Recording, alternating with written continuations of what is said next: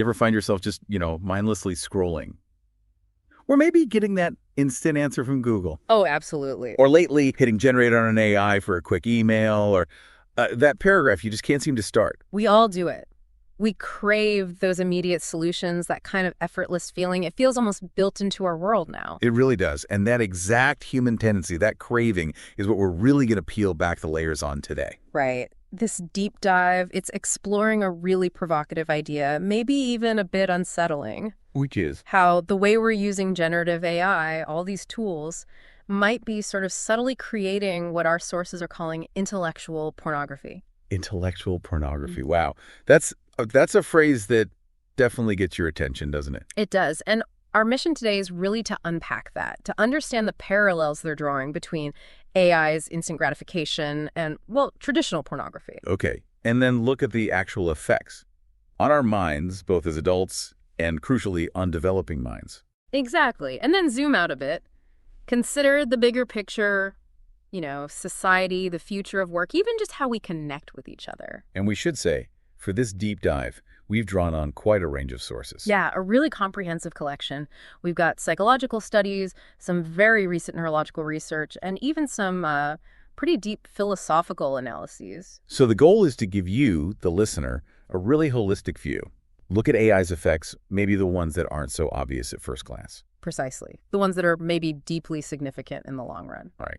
It feels like it's time to maybe confront some uncomfortable truths about all this convenience. Let's start by really trying to deconstruct this idea. Intellectual pornography in the age of AI. Okay. The core analogy, as you said, is that generative AI is like intellectual pornography. It's a bold comparison. What makes it, according to these sources, so precise? Well, that's where the psychological framework really comes in. The argument isn't that it's just hyperbole, just a catchy phrase. Right. They argue it's a psychologically precise framework for understanding how AI can be so seductive, but also potentially corrosive. Corrosive? How so? Because both AI and traditional pornography offer something very specific. It's instantaneous, it's high stimulus, it's low effort, and it's endlessly customizable gratification. Okay, I see the parallels starting to form there. Instant, easy, tailored. Exactly. And in the case of intellectual AI, the actual labor, the intellectual work gets bypassed. The whole process of thinking, of wrestling with ideas, it's devalued. Psychologically precise. That's still a strong claim. Can we unpack that a bit more? What makes it precise beyond just being instant? Sure. Let's talk about a core human tendency, something called delay discounting. Delay discounting. Yeah. Have you ever, chosen a small, maybe less healthy snack right now over waiting an hour for a bigger, healthier meal? Probably more often than I'd like to admit. Right. Well, that's delay discounting. Our brains are kind of hardwired to prefer smaller, immediate rewards over larger, delayed ones. It's likely an old evolutionary thing. Okay, I get that. So AI then just taps right into that preference. It sort of exploits it. It absolutely exploits it, but it's deeper than just convenience. AI directly leverages those same dopamine pathways, the brain's reward system. The same ones involved in other forms of instant gratification. Exactly, like traditional pornography or gambling or even just getting a notification on your phone. Why struggle with research or debugging code or figuring out how to structure an argument? When you can just get a perfectly plausible answer instantly. Precisely. And this shortcut culture, as some call it, it creates what's been termed a sedentary mind. A sedentary mind. That's evocative, like a sedentary body. Just like that. It weakens from lack of exercise. The neural pathways for effortful thought literally get less use, potentially weakening over time. Our brains are adaptable, but that adaptability cuts both ways. Wow. Okay, that visual really sticks. Mm-hmm. And if we look at the mechanics, the actual way these things work, the parallels seem to keep building. Accessibility, for instance. Absolutely. Think about it. Both offer rapid mass access. AI tools like ChatGPT, they're everywhere now, baked into search engines, social media feeds, workplace software. It normalizes it, makes it feel like the default way to get information or create content. Right. And then there's the hyper-customization. Okay, tell me more about that parallel. Well, just like AI-generated porn can tailor characters and scenarios to incredibly specific preferences, generative AI creates bespoke essays or the exact lines of code you need or that perfectly worded email just for you. And the danger there is? It fosters wildly unrealistic expectations. If traditional porn can distort views of real intimacy and relationships. Then intellectual pornography can warp our expectations of what learning or problem-solving actually feels like, making the genuine struggle seem weird or wrong. Exactly, making it seem abnormal or unnecessarily hard. Why bother with the effort if the perfect output is just a click away? And this leads to something you mentioned earlier, this idea of objectification. But how does that apply to knowledge? Well, just as pornography can risk redefining humans, turning them into objects for consumption, this intellectual pornography objectifies knowledge itself. How so? It treats knowledge like a finished product you can just instantly acquire rather than a living process you have to engage with, struggle with, build over time. So you lose something in that transaction. You lose what's called cognitive ownership, that deep internalized understanding that only comes from really wrestling with complexity yourself. You haven't built the mental structures. That makes sense. It's the difference between looking up a recipe and actually learning to cook. That's a great analogy. And what's really unsettling here is a potential parallel in the ethical arguments. You hear some argue for an ethical advantage to AI porn. Right. No real humans are exploited. Right, I've heard that argument. But our sources warn that a similar kind of deceptive logic could be applied here. It obscures the real harm. Because with intellectual pornography, the primary victim, if you will, isn't some external entity. It's the user's own cognitive development, their own capacity for deep, effortful thought. That is profoundly concerning. So we've got the psychology, the mechanics, the individual cognitive cost. What about the bigger picture? Philosophically, where does this put us as a society? Yeah, this is where an Aristotelian framework can be really illuminating. Aristotle made this key distinction, right, between a hedonia that's fleeting pleasure, instant gratification, Okay. and eudaimonia, which is much deeper. It's human flourishing, achieved through virtuous activity that often requires significant effort. So the reliance on intellectual pornography, in this view, is basically choosing. It's choosing immediate superficial hedonia, the easy pleasure of the instant answer, potentially, at the expense of the lasting eudaimonia that comes from genuine thought, real problem solving, creating something truly original through effort. That's a powerful frame. To really nail this down, maybe let's quickly compare a couple of those core characteristics side by side again, like gratification. Clear parallel. Instant sexual gratification versus instant intellectual gratification. And the effort involved. Yep. Minimal in both cases. It's passive consumption, basically. No deep engagement needed. Customization. Highly tailored in both, whether it's a specific image or video or a specific answer or piece of text. And the realism aspect is interesting, too. Yeah, hyper-realistic but ultimately synthetic images or videos in one versus plausible sounding, often convincing but still synthetic text or code in the other. And the effect on our expectations. Unrealistic expectations of partners or intimacy versus unrealistic expectations of how learning or problem solving should work, how easy it should be. And the underlying harm seems disturbingly similar, too. Disturbingly parallel, distorted views, objectification, potential for addiction in one realm versus cognitive atrophy, loss of critical thinking skills, intellectual dependency in the other. Stark analogy when you lay it out like that. It really is. Okay, so if this analogy holds and potential harms are real, what are the actual measurable consequences for us? Let's focus on adults first. What's happening to our critical thinking?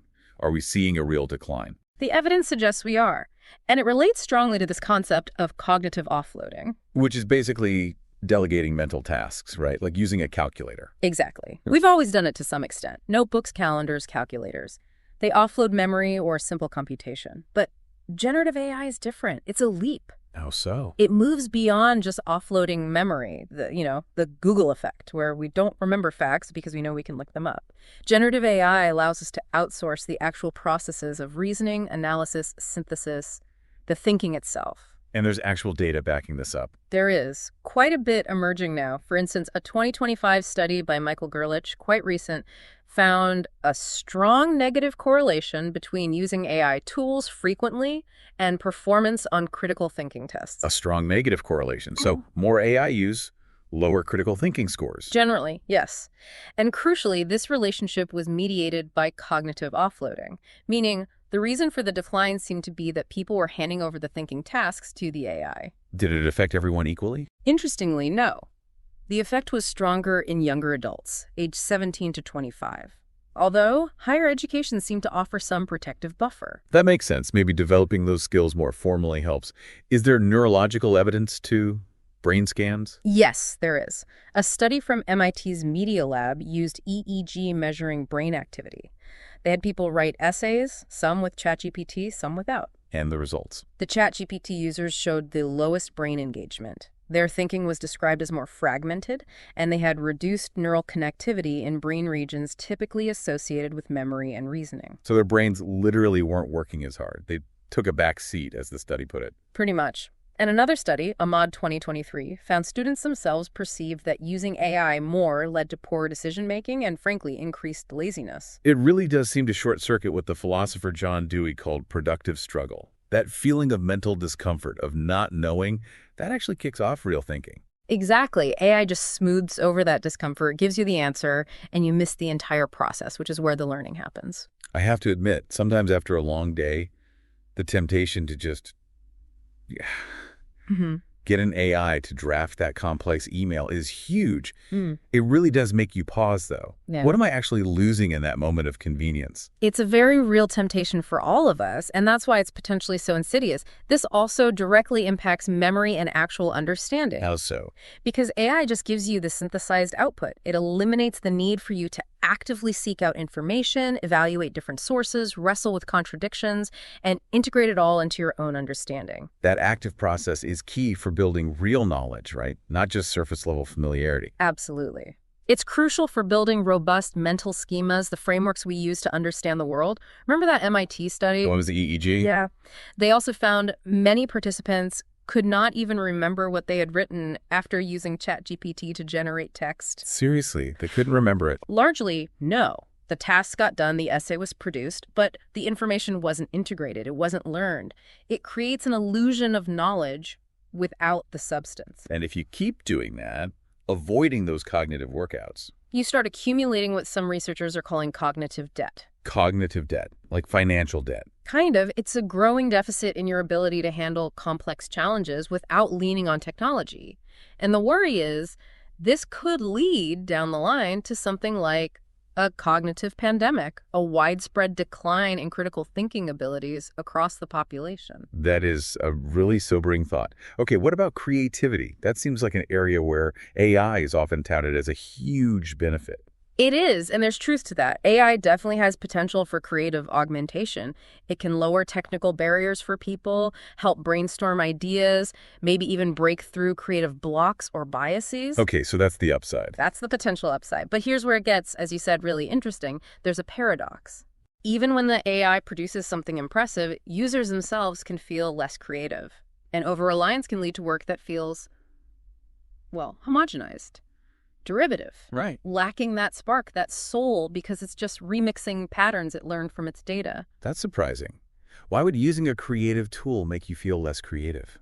It seems to come down to how you use it. There's this emerging idea of a metacognitive divide. A metacognitive, thinking about thinking. Exactly. A key study from Tulane University looked at this. They found generative AI boosts creativity only for what they called strategic thinkers. Strategic thinkers. What does that mean in this context? These are the users who actively engage their metacognition. They analyze the task, they monitor their own thought processes, they use the AI intentionally as a tool, questioning it, guiding it, building on it, not just passively accepting its output. And for the passive users? For them, the AI becomes a crutch. It replaces their own creative effort. So strategic users offload the low-level stuff and become more effective. Passive users offload the thinking itself, and their creative muscles potentially atrophy. So this could actually widen societal gaps, not just in skills, but in fundamental cognitive capacity. That's the potential risk, yes, a gap between those who can leverage AI strategically and those who become dependent on it. That is profound. And if adults are facing this risk of cognitive atrophy, the danger for children, it must be significantly higher, right? Their minds are so plastic. They absolutely are. And this is where the intellectual pornography analogy perhaps becomes most concerning. Children are increasingly interacting with AI not just as tools, but as social actors or companions, chatbots, interactive toys. You see them everywhere. And the peril here is for their social emotional learning. These AI companions, they're designed to provide perfectly calibrated responses. Non-judgmental, instantly validating, always available. Sounds kind of ideal. In a way. Superficially, maybe, but it creates a dangerously unrealistic model of social interaction. Real relationships are messy, right? They involve conflict, misunderstanding, compromise, patience, reciprocity, waiting for someone's attention, dealing with their bad moods. An AI companion teaches none of that. It sets an expectation for social interactions to be perfectly smooth and effortless. And this could lead to what you mentioned earlier, empathy atrophy. That's the fear. True empathy isn't just following a script of saying the right thing. It's a complex skill built through messy, real-world interaction. Engaging with an AI that simulates empathy but has no real feelings might teach a child a kind of superficial, procedural empathy. Like learning the lines without understanding the emotion. Exactly. They might learn the rules of appearing empathetic without developing the underlying capacity to genuinely feel with another person. It could inadvertently foster a very transactional view of relationships. That's worrying. Now, in schools, AI has huge promise, right? Personalized learning, helping teachers. Immense promise. Personalized tutoring, adapting to different learning speeds, freeing up teacher time for more human interaction, potential benefits for neurodivergent learners. We're seeing pilot programs like in Michigan trying to harness this. But there's always a but, isn't there? What's the peril in the classroom? The peril is that AI becomes the ultimate cognitive crutch. If the AI constantly provides the answers, students are robbed of that essential productive struggle. The struggle we keep coming back to. Because it's how deep learning happens. Learning to write clearly, for example, is inseparable from learning to think clearly.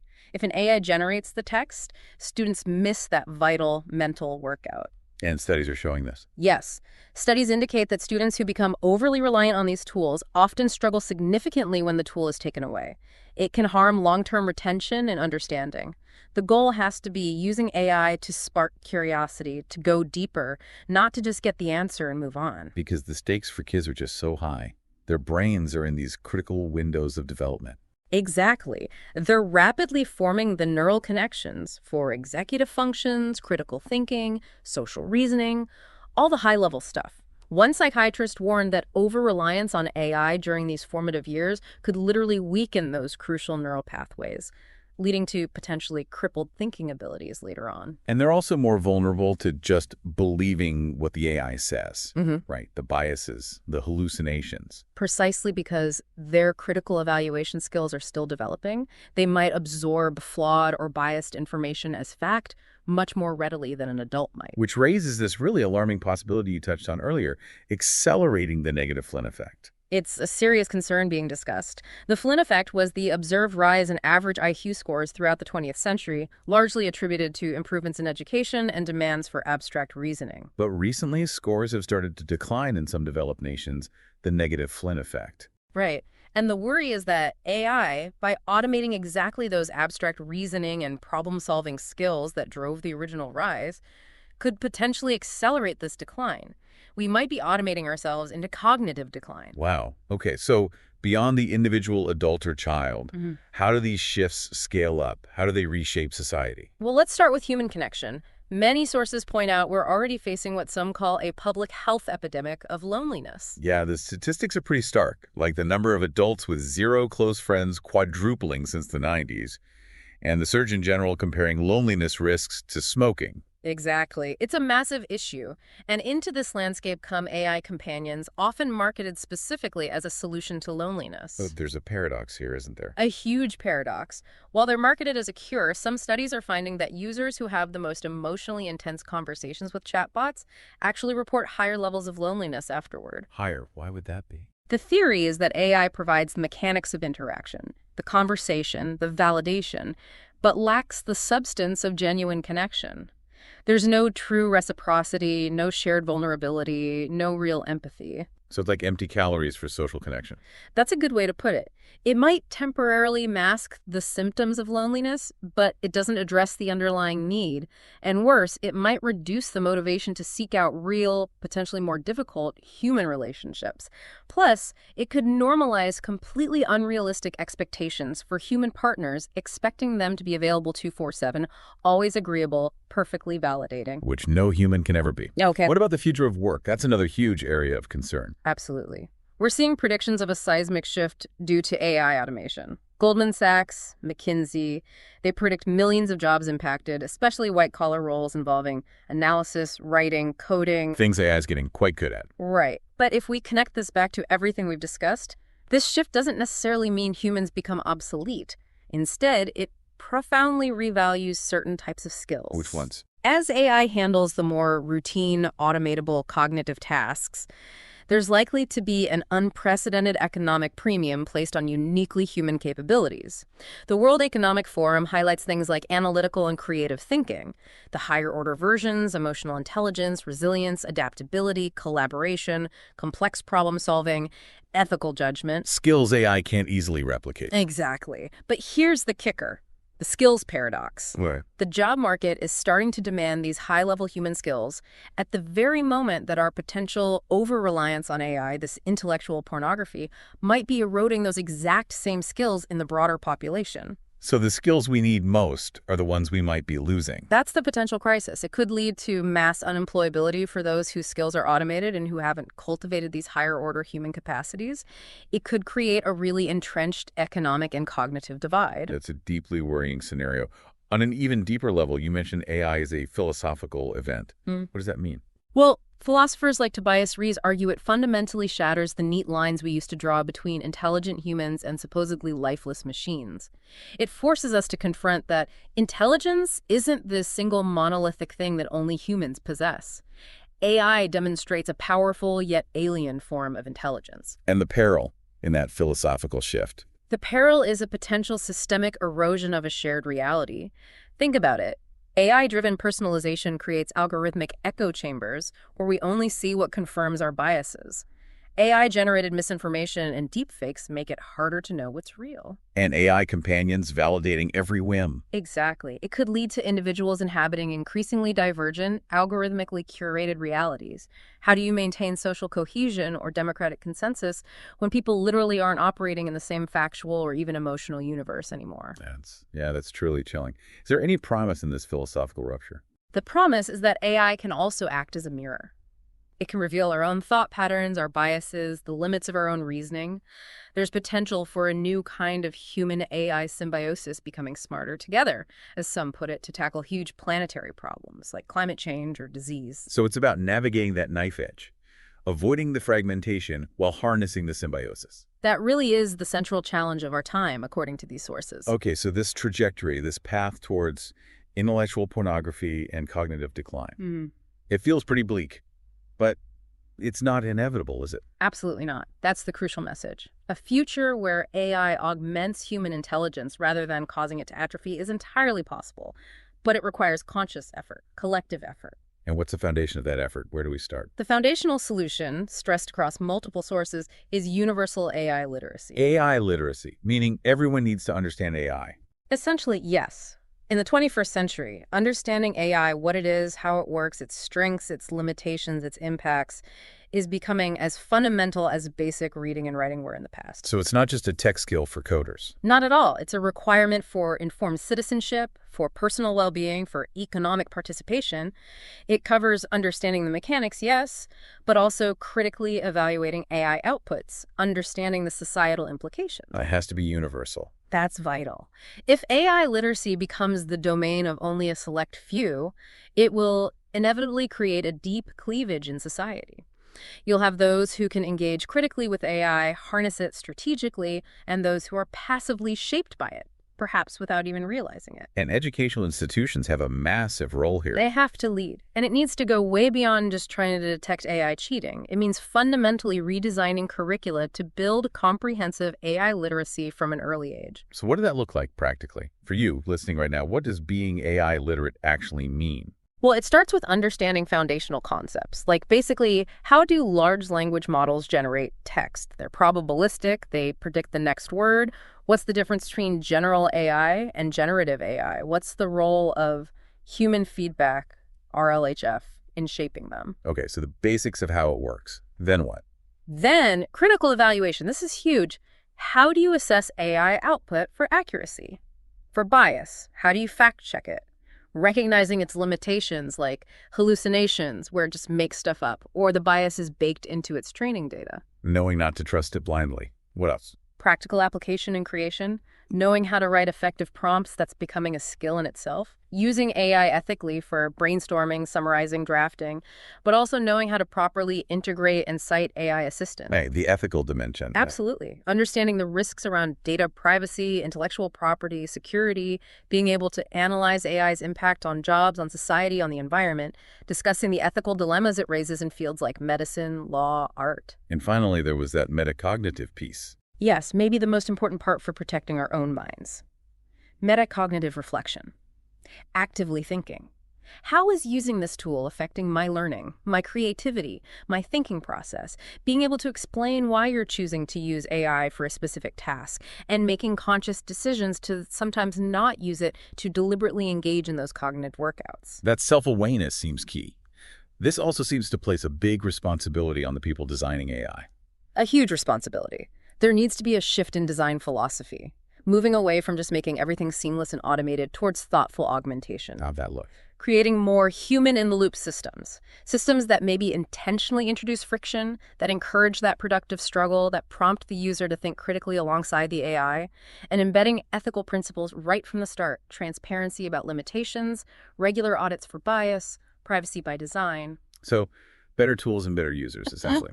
Exactly. But ultimately, the most durable defense against the potential downsides we've discussed is something individuals cultivate within themselves. It's called cognitive sovereignty. Cognitive sovereignty. Tell me more about that. It's simply the capacity to maintain ownership and conscious control over your own thought processes, even when powerful technologies are readily available. It's about deciding when and how to use these tools, rather than letting them dictate your thinking. It's fundamentally a metacognitive solution, teaching ourselves how to think about our thinking in the age AI. So what are some practical strategies for listeners to cultivate that cognitive sovereignty? Well, for individuals, start with mindful practices. Maybe think before you prompt. Try brainstorming or outlining your ideas yourself first, before turning to AI. So use your own brain first. Right. Use AI as a co-pilot, not an autopilot. Don't just accept its output. Question it, verify it, refine it. Be the one in charge. And deliberately seek out challenges. Yes. Deliberately engage in those cognitive workouts. Read challenging books that require focus. Learn a new complex skill. Tackle hard problems without reaching for the AI crutch immediately. Build that mental muscle. And Crucially, prioritize real-world, face-to-face human connection. It's the bedrock of empathy, social intelligence, nuance, understanding things AI simply cannot replicate, no matter how sophisticated it gets. And what about institutions, schools, businesses? Schools need to fundamentally redesign curricula, as we said. Teach and assess the skills AI can't automate. Critical thinking, creativity, ethical reasoning, collaboration, communication.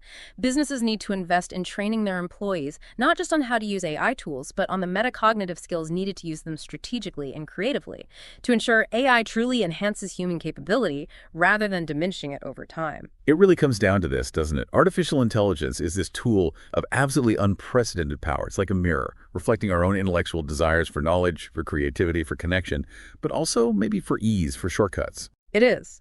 And like any tool, its ultimate impact, whether it leads to flourishing or atrophy, connection or fragmentation, won't be determined by the technology itself. It'll be determined by us. By our wisdom or lack thereof in wielding it. Its future, and frankly ours, really depends on whether we consciously choose to cultivate and protect the very faculties, critical thought, empathy, creativity, resilience that make us uniquely human.